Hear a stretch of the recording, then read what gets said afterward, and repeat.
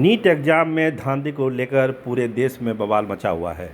शिक्षा मंत्री भले कह रहे हों कि कोई धांधली नहीं हुई है, कोई फर्जीवाड़ा नहीं हुआ है, लेकिन पूरे देश में हंगामा मचा हुआ है। पटना में भी आज शिक्षा मंत्री का पुतला फूंका गया और काफ़ी बवाल हुआ है पटना में। आइए देखिए पटना में क्या क्या हुआ।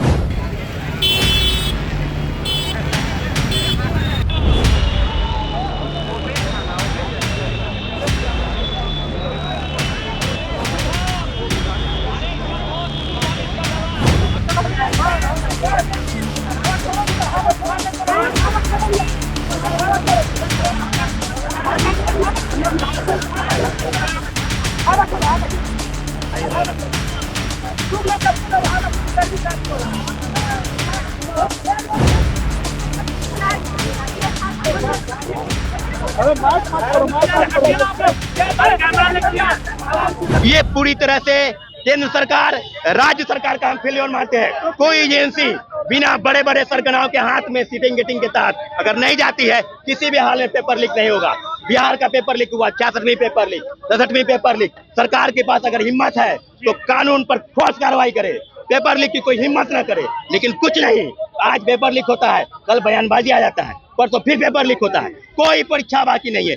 देश के इतिहास को इन्होंने शर्मसार कर दिया है। और एनडीए एजेंसी जो कह रही है कि ग्रेस मार्क्स देने का क्या औचित्य है, कहीं नोटिफिकेशन में जिक्र नहीं है। माननीय सुप्रीम कोर्ट ने स्पष्ट कहा है कि सुप्रीम कोर्ट ने कहा है कि ग्रेस मार्क्स देने का कोई प्रावधान नहीं है। और पेपर लीक के सबूत पटना की आर्थिक अपराध इकाई और पटना पुलिस प्रशासन और आरोपियों के बयान इस बात को साबित करते हैं कि एक दिन पहले लोगों के हाथ में पेपर लीक पहुंच गए थे, क्वेश्चन हटवाए गए थे। इसके बावजूद भी केंद्रीय शिक्षा मंत्री बयान दे रहे हैं। इस बात को साबित करता है कि सरकार सिर्फ सरकार बनाने में लगी है, छात्रों अभ्यर्थियों के हक में कोई फैसला नहीं कर रहा। आज अभी पुतला दहन हुआ है, इसके बाद पूरे राज्य में राज्यव्यापी आंदोलन होगा, अनिश्चितकालीन धरना होगा।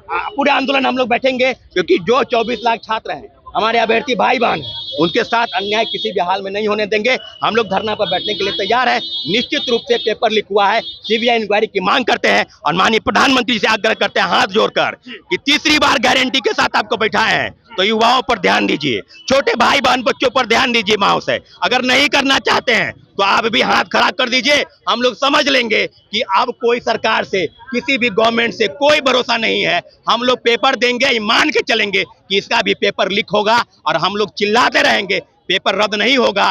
निश्चित रूप से सारी एजेंसी शिक्षा माफियाओं के हाथ में चली गई है। हम लोग सरकार से आग्रह करते हैं, पेपर लीक हुआ है, रद्द कीजिए, यही हम लोग की अंतिम डिमांड है।